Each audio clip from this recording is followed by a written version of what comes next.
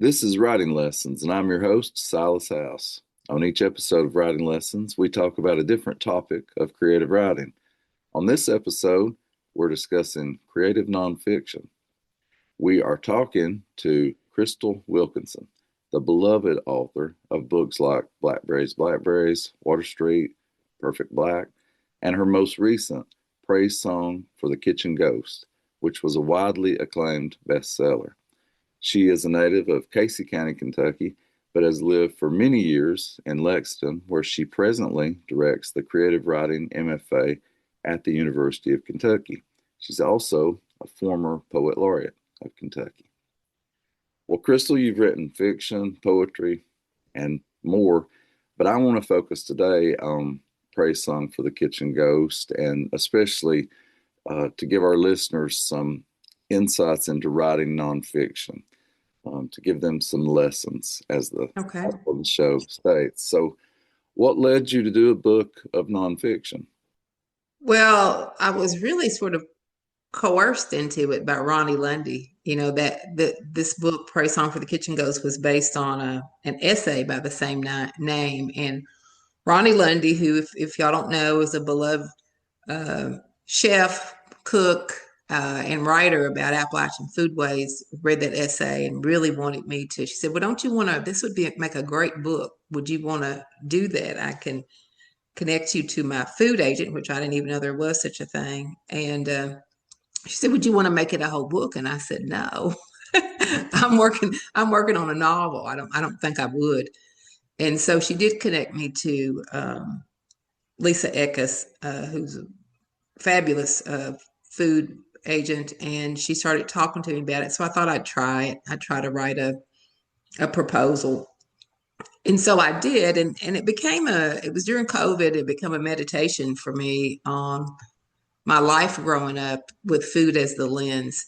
So that's kind of where it came from. But before that, I had been exploring writing more nonfiction, particularly being interested in the braided essay. And I think that stemmed from when I wrote Birds of Opulence, which is a novel told in sections. I began to think about, you're also a multidisciplinary writer, and I begin to think about genre and what that means. And I always sort of decompartmentalize my poet self and my fiction self and my nonfiction self.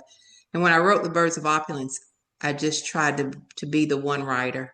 And if the poetic sensibility came to me, I ran with it.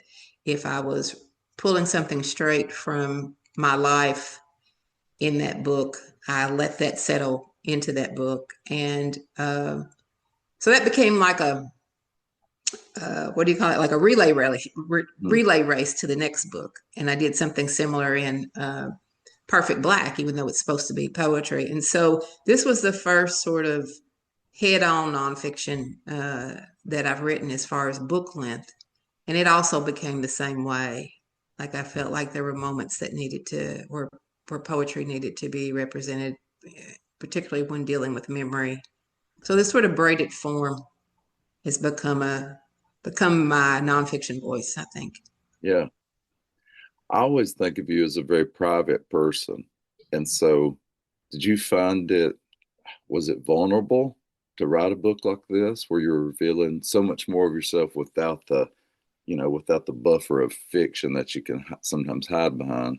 Absolutely. And again, this started, sort of a relay race started with, I think the first time I felt so much vulnerability was when I wrote Dig, If You Will, the Picture, an essay about Prince, which stemmed from some childhood trauma that I had experienced. And I wrote it, and you write things, and I try to be brave when I'm writing things. But once it got published, and people started emailing me, and I realized how much of myself I had revealed. Um, you know me, I'm a big crier, so I really was kind of devastated at putting so much of my real life out there. And I think that's why I use the other genres kind of as a buffer. When you're writing nonfiction, it was important to me to stick to the truth. But like even in praise song, there are moments like where I let my fifth grade grandmother stand up and tell her own story. Part of that was sort of what Sadia Hartman calls creative, I think she calls it creative fabulation, where, because of slavery, there's only so much research that I can do. And then being sort of an intuitive person or someone who deals with spirit in a particular way too, I felt like it was important for her who she didn't have agency in her life, to be able to give her some agency through the writing. And it was well researched, but I also used my creative abilities to step into her voice. So there's sort of a blending of all that. But to go back and answer your question, the vulnerability is, I don't know how people do it that do this all the time, because it does feel, I mean, you're of course not just vomited on the page, you're trying to create something artful and something that can then translate to the reader's own experience. So there's those elements too, but it feels, to me, writing it feels very raw when I can't layer the fiction on top of it. Yeah. Yeah. Well, you mentioned being a crier. I mean, we're both very emotional people. I think that makes us better writers, honestly. Mm-hmm.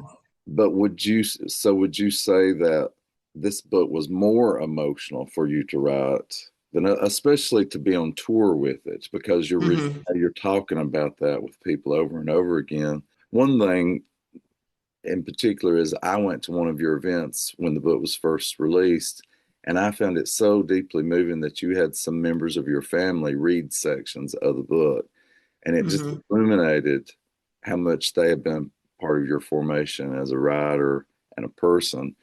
So I was struggling to hold it together. I think you were too sometimes. Everybody was, because it was so beautiful. But can you just talk a little bit Mm-hmm. about all of that? Yeah, I mean, I wrote this book. Well, I don't write any of my books for myself, but this one was again to kind of make my family visible, and by extension, not just my family, because I think a lot of people don't know about rural Black people, and so I wanted to highlight that. I wanted to center my ancestors, and by doing that, we're a big family. Like all my first cousins are like my siblings. You witnessed that night, and all my auntie, who's 89 now, is sort of the matriarch and the center of our family. And for her to come, she's a big part of the book and a big part of my life. So it was important to include them. I include lots of conversations with them in the book because that's kind of how I write. Even when I'm writing fiction, I'll call up one of my cousins and say, "Do you remember, what does a guinea hen look like? Like, do you remember what they sounded like?" And I want to, sort of check my own memory to see what they think. So it's important. The familial part is important to my writing process and to just the way that I am. I don't think I would be a writer without the support. I'm always talking about my grandparents and them, of course, and my mother, but our larger extended family, no one else is a writer in a public way, but they're all storytellers. Yeah. And it's been great. Like Aunt Lo, part of it, I think what I'm doing is sort of condense. My grandmother always wanted to be a writer and wanted to be a teacher. Aunt Lo said she stopped writing and had to curtail her reading when she got married at 16. Mm-hmm. Um, so these brilliant people, particularly brilliant women who never had a chance to go as far as they could go, they could have went in their lives. I think it's important to me to continue to give them a voice and to give people like them voices. Aunt Lo's 89 and been in the hospital and continued to tell stories that I never heard. So I've been sitting by her bedside, and she knows that I'm a writer. So she's saying, "Did I ever tell you about this or that?" And she's telling me all these stories that I didn't know, with all of the elements that you need in writing. Like she has a perfect pacing, perfect, I'm sitting there like enthralled while she's telling these stories. Her pacing, her development of character, the way that she invokes setting in her storytelling, all influences the way that I write. Mm-hmm.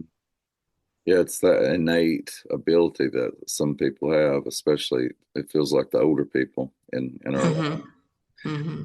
Well, you mentioned the way that you had sort of use speculation to write from the point of view of your ancestor in the book. And that's really one of the best parts of the book, I think. But when we're talking about writing creative nonfiction, one of the things that, is a constant discussion for between teachers and students that's hard for people to get their minds around is you're writing nonfiction, but of course you're remembering things from the past. And so obviously we can't remember a conversation verbatim. Mm-hmm. Obviously, we're going to remember the story, the event differently than a sibling or somebody else who witnessed it will remember. So how do you finally release yourself to say, I'm telling the essential truth here, and that's all Mm-hmm. I need to do?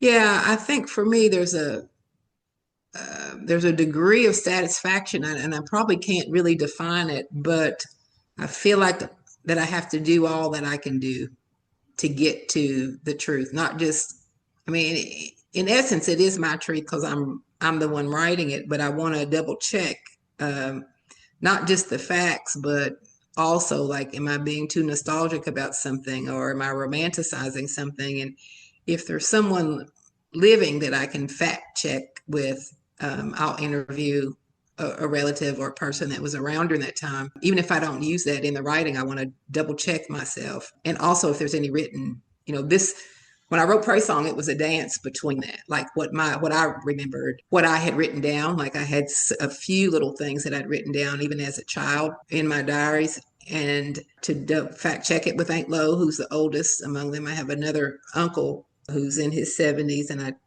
ask him about the same thing. Then I'd ask people my age, and then I'd go to the archives.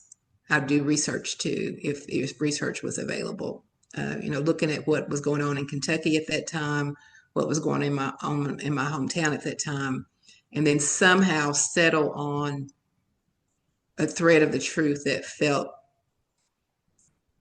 like the highest truth that I could get at the time. Yeah, that's perfect. That makes total sense. Are there any particular books about writing nonfiction or just nonfiction books that you would recommend to people who are interested in learning more about writing nonfiction? Mm-hmm. And these are pretty old school, but I do, particularly for early writers, go back to them. And one of them is Tell It Slant, Writing and Shaping Creative Nonfiction by Brenda Miller and Susan Antonetta, I think her name. And that comes from that poem by Emily Dickinson, Mm. the title Tell It Slant. And even that poem, I think, is a good, useful tool for creative nonfiction. I sometimes hang that up over my desk. And, that gets back to your earlier question, like, how slant are you going to tell this story to get at that higher truth? Another book is, Lee Gutkind is considered to be the godfather of nonfiction, and the art of nonfiction that he's written is one that I go to because I love the poetic. I recommend for students to read Brevity Literary Journal that's online, because it's a good way to see both the beauty. A lot of those micro essays are almost like prose poems, but you can see the elements in a shorter period of time, like what's possible with creative nonfiction. Yes. And then to read, like you can't, just reading, I think is important. Reading, I always tell students and people who are beginning to write to start with what you love. If you're from Appalachia, read some good and maybe some bad uh, nonfiction books about Appalachia, and then go outside your comfort zone and read some of things that you're not interested in. It always surprises me when I do that because, Honey Barbecue, I loved his writing when I would see it online, but I've sort of avoided it because I really am not interested in sports. Like he writes a lot about sports, and I was thinking, I don't know. But oh my God, his books have just blown my head off, like the way that he can weave a narrative and the brilliance of his writing and his thinking, um, and make me enjoy sports. And his essays about sports are never really just about sports. And so to challenge yourself too with subject matter when you're reading nonfiction. Well, I have a couple more questions, but before I ask those, I wanted to ask if maybe you would share just a little bit of Praise Song with us. This is just a little snippet from the chapter called How I Learned to Cook. I don't remember exactly when I started cooking, but there is a photograph of me as a girl standing at the stove with a splotch of grease on the front of my dress, holding a spatula, my hip cocked, a grown-up look on my face. I've always felt a power larger than myself while cooking. I learned how to cook by saying nothing, watching how each ingredient was managed, but so much of the art of cooking lies in the body. I gained knowledge about the spirit of the cooks who came before me, the rhythm and the way they sloshed the greens in the sink, removed a pot seconds before it burned, drew a knife close enough to the finger to hold the vegetable taut but never cut themselves. A kind of electric excitement passed through me when I watched Granny cook. Even now, I don't know what to call it, but there was grace and poise in her kitchen dance. I still remember how my heart raced the first time I peeled potatoes with Granny's favorite paring knife without wasting the flesh. There were no instructions, but she warned me often of the dangers of waste. She'd tell me that I'd left enough food behind to feed another mouth. She never wasted anything. I watched her scrape a bowl of cake batter so clean that it looked as if she'd already doused it in the dishpan suds. She often told me that she came through the Great Depression. Something like that'll change a body, she said. Even with generations between us, I learned to mimic my grandmother's movements so well that I imagined that I had actually become her. I, too, even being of the generation of plenty, was aware of both the perils of waste and the dread of never having enough. Just listening to you read that makes me think that it's a writing lesson in its own just to hear you read, because for one thing, there's so many unexpected things in that. If you're thinking about, writing about food, for one thing, it's so physical. There's so much of the body in it. And of course, that makes sense because we are physical when we're cooking or preparing food.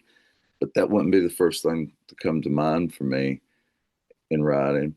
Mm-hmm. And then the way it goes into the introspection. So I think just that brief passage shows how many layers there are to writing, period, but especially writing about food and memory. And it's like, it's impossible to write about food and not write about memory to some degree, don't you think? It's true. Yeah. I mean, because, I think food is the great conduit to the past. Mm-hmm. I think that's why we love what we love, regionally, familially. Like, but that's not how we do it in our family. Like you almost ready to fight somebody over the foods that you love. Yeah, that's right. And one generation's struggle and survival food, I think, becomes the next generation's comfort food. I love that. Yeah. Well, do you have a brief prompt that might be beneficial for our listeners to know about? Um, I do. This is one of my favorite prompts. Is it can lead to a braided essay, but it doesn't have to. I think one of the things that it does is sort of tricks the brain into doing these separate things that can become one. People always want to know what they should do with it after they've done it. So it's an exercise that's adapted from one that Marsha Aldrich did, and I changed all of the parts and pieces. But so it's thinking about a braid, and so you come up with three things. And so as a start, you could do a memory between the ages of 6 and 12.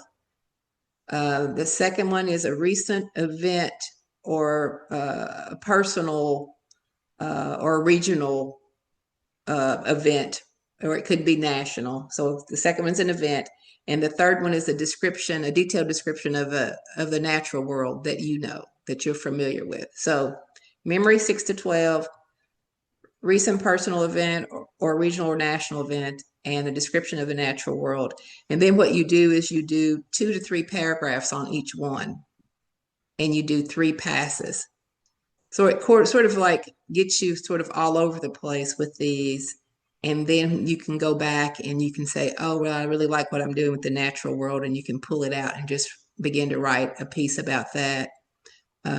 Or the trick is, I think, you get to the subconscious brain, because if you do it enough, I always suggest you do 3 passes, like you do a pass of 2 paragraphs of the memory, 2 paragraphs of the recent event, 2 paragraphs of the natural world. Then you go back to the memory again, the event again, and the natural world again.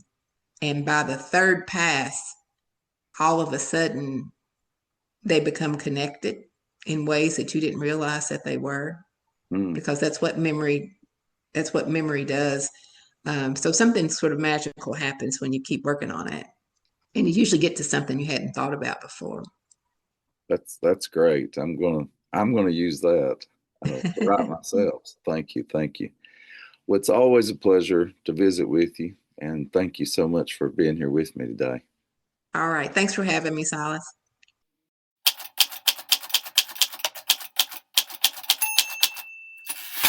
Writing Lessons is an initiative of the 2024-2025 Kentucky Poet Laureate. That's me, Silas House.